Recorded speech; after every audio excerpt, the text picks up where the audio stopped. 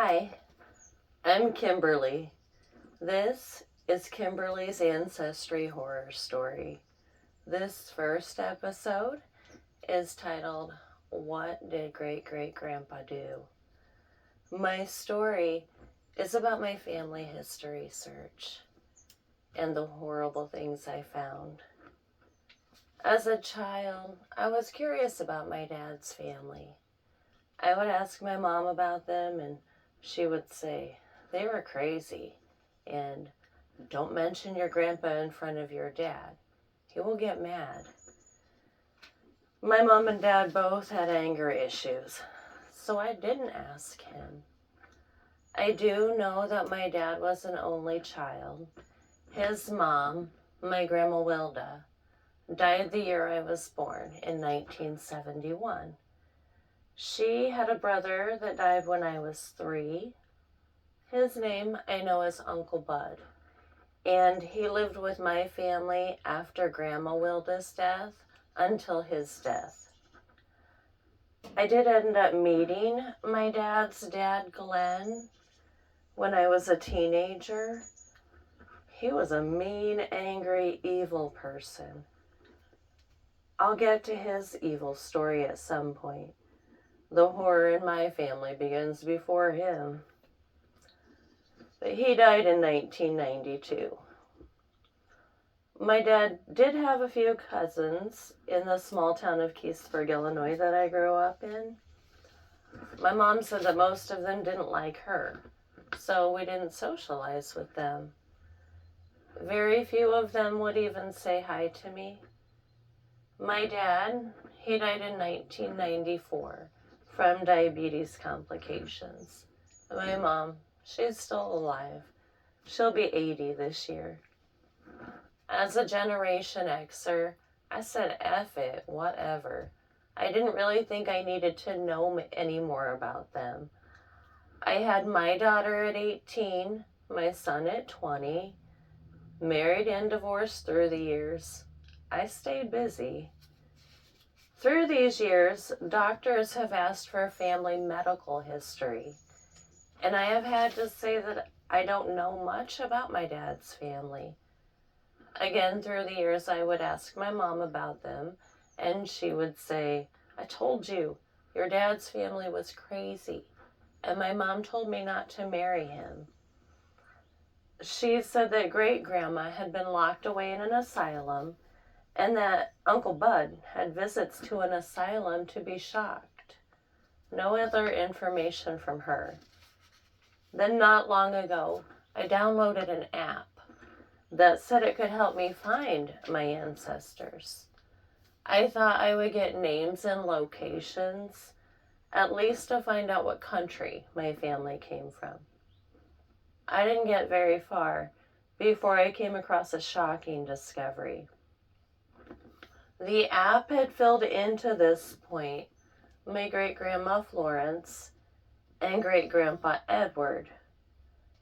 I then received an email saying it knew my paternal great-great-grandpa and grandma's names. This email led me to a newspaper article from 1892 that was linked to both Samuel Van Hook and Mary Cummings Van Hook. So I have great-great-grandma Mary that I'll put under great-grandma Florence. And I have great-great-grandpa Samuel that I'll put under great-grandma Florence. So they sent me this newspaper article. The first article that I was led to is dated June 24th, 1892, and it's from the Waterloo Courier. It says, further particulars of the murder at Manchester. There was a horrible tragedy enacted in Manchester Wednesday. A farmer named Samuel Van Hook, aged about 50 years, a resident of Buchanan County, came to town with his wife and 3 children, and when near the town, he drew out his pistol and shot his wife, killing her instantly. He also attempted to kill his 11-year-old daughter, but she escaped. He then pounded his 3-year-old daughter over the head with his pistol, fatally injuring her. The 3-month-old babe escaped without harm. He then ran a few rods and jumped into the mill pond to drown himself, but was assisted out and is now in jail. It seems he has been very abusive to his wife for several years past, and they have frequently had disagreements.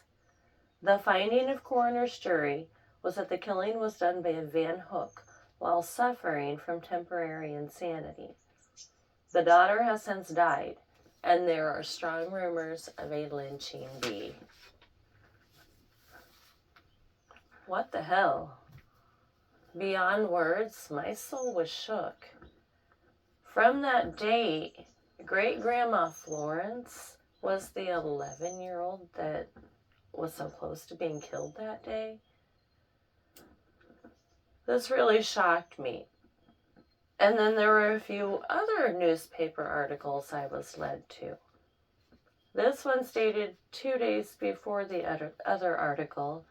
It's June 22nd, 1892. Murder at Manchester. A man shoots his wife and then jumps into the river. Manchester, Iowa, June 22nd. At 2 o'clock this afternoon, a citizen of this place named Van Hook, in a fit of anger, fatally shot his wife with a revolver and then threw the weapon at his daughter. He rushed from the house to the river and plunged in with the intention of drowning himself. He was rescued, however, and lodged in jail. The greatest excitement prevails. And then another article from the Iowa State Reporter from June 30th, 1892. It's in really small print.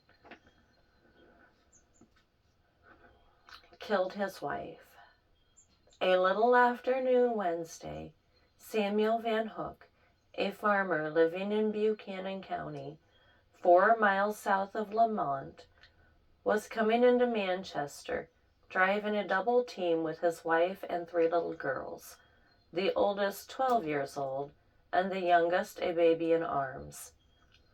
When opposite the house of P.A. Peterson, occupied by W.J. Bowen, near the Lower Woolen Mills, he pulled out a revolver and shot and killed his wife, and attempted to shoot a child of 3 years, but the pistol missed fire, and he beat her on the back of the head with the butt of the weapon, breaking the skull in 3 places so that the brain oozed from the wounds.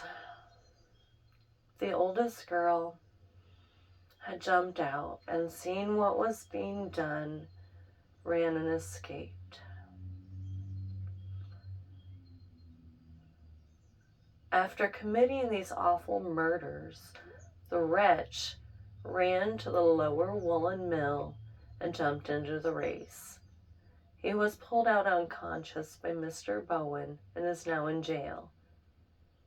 It is the opinion of Sheriff Odell that Van Hook is insane, and it is to be hoped, for the credit of humanity, that such is the case.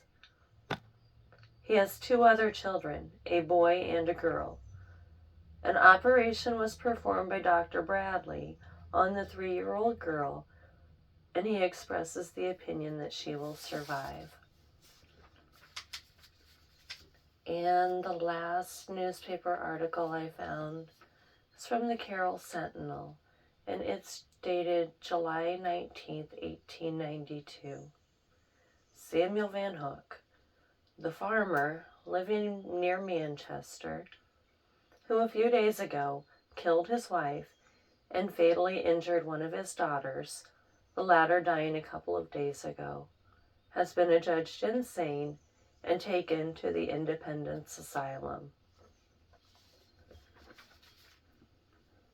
Again, what the hell? This man Samuel is a part of my DNA. Great-Grandma Florence had to see that happen. Poor soul. Now I'm stuck. Stuck on these leaves of my family tree. Where did the baby end up? Where is Great-Great-Grandma Mary and the 3-year-old buried? Who are the other 2 kids not there that day? What did they do to Samuel at the mental asylum? The article says he was taken to Independence State Hospital. Online records say he died in Wisconsin. I feel like I can look for information and just find more questions. Some people tell me that I should close this story, leave the past in the past.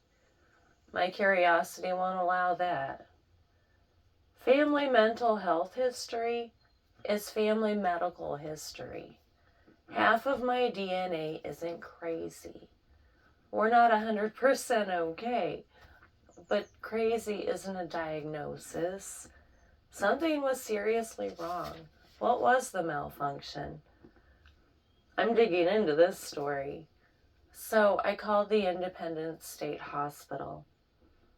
No, they didn't say, "We have been waiting for you," or "We have your room ready," as my fiance and coworkers said that they were going to say. They are still open, and they have a museum that I would like to visit. Their website says you can take a tour of the old wing, which some say is haunted. I talked to the medical records lady, who said that even after 130 years, patient privacy still applies, and that I would need to have his oldest known living descendant sign a medical records release form. She mailed me the release form,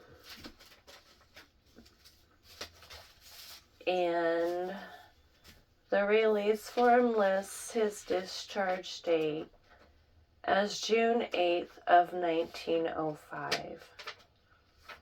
It says that the information to be released or shared may include information regarding genealogy research, reason for admission, dates of hospitalization, personal history, family history, medical history, treatment, prognosis, psychiatric history, and summaries. Maybe I can get some family history regarding the baby and the other 4 children when I visit Independence.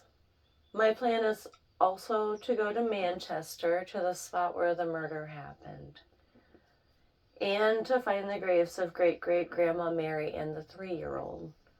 I would like to take flowers and pay respect, so hopefully I can find them, and I will video my visit to Independence and to Manchester. I do believe this story will lead me to get more medical records. My mom did say that Great-Grandma Florence was locked away in an asylum. She did marry and have 5 kids before that. I would totally understand if she had mental problems after the trauma she lived through. Stronger woman than I am. I believe they would have had to take me straight to the asylum after seeing that. And her son, Great Uncle Bud, was taken to be shocked. I would like to know why. Recently, my mom told me that Uncle Bud loved me very much. She said he was a kind, gentle man with anxiety issues. And I would like to know what happened to all 4 remaining children. That is it, though, for the beginning of my story. I will continue to make videos of my findings. There are so many online tips to follow. I will post this first video after I have found all that I am able to find on my own. I am ending this family's mental health stigma, and I will speak what I find. Thanks for listening.